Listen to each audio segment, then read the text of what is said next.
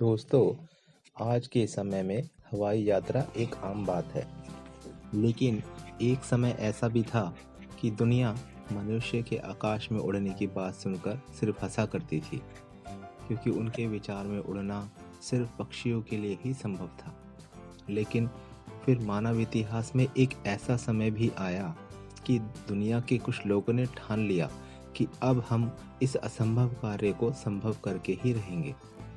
अनेकों वैज्ञानिकों ने सालों लगा दिए और अनेकों अलग अलग तरीकों से विमान उड़ाने की कोशिश की, लेकिन कोई कामयाब नहीं हुआ।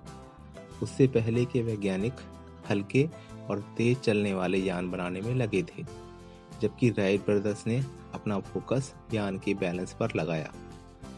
फिर वर्ष 1903 में ऑरविले राइट और विल्बर राइट ने मिलकर मानव चलित फुल्ली बैलेंस्ड एयरक्राफ्ट बनाया, जो कि प्रोपेलर बेस्ड टेक्नोलॉजी पर काम करता था, जिसने अपने पहले सफल प्रयास में 36 मीटर की दूरी तय की, जिसमें उन्हें 12 सेकंड का समय लगा।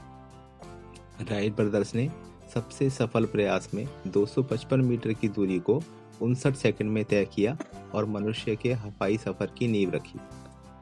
उस दिन के बाद से आज तक मनुष्य ने अनेकों तरह के हवाई यान बनाए, जिसमें से ये कुछ प्रमुख हैं।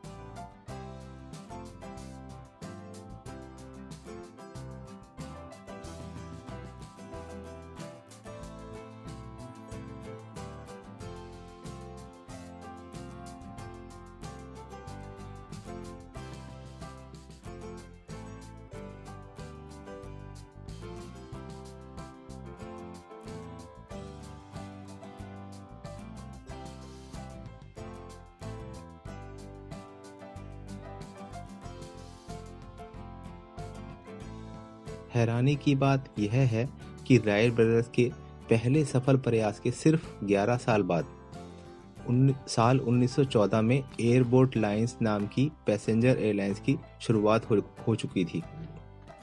यह पहली यात्रा सेंट पीटर्सबर्ग से टाम्पा के बीच शुरू हुई, जिसमें एरोप्लेन ने 34 किलोमीटर की दूरी तय करने में 23 मिनट का समय लगाया।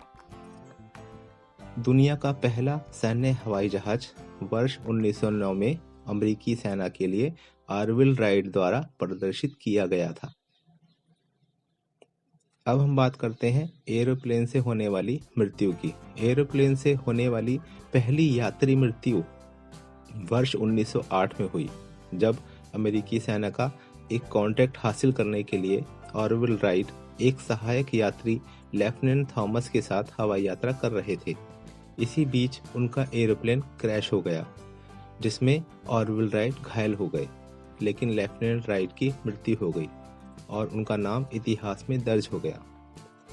इतिहास की सबसे भयंकर एरोप्लेन की दुर्घटना टेनरिफ एयरपोर्ट पर हुई, जब स्पेन में ग्रेन कैनरिया एयरपोर्ट पर हुए एक विस्फोट के बाद कई उड़ानों को टेनरिफ एयरपोर्ट की ओर मोड़ दिया गया। घने कोहरे और संचार रडार की अनुपस्थिति की वजह से दो बोइंग जहाज KLM फ्लाइट 4805 और पैन एम फ्लाइट 1736 आपस में टकरा गए।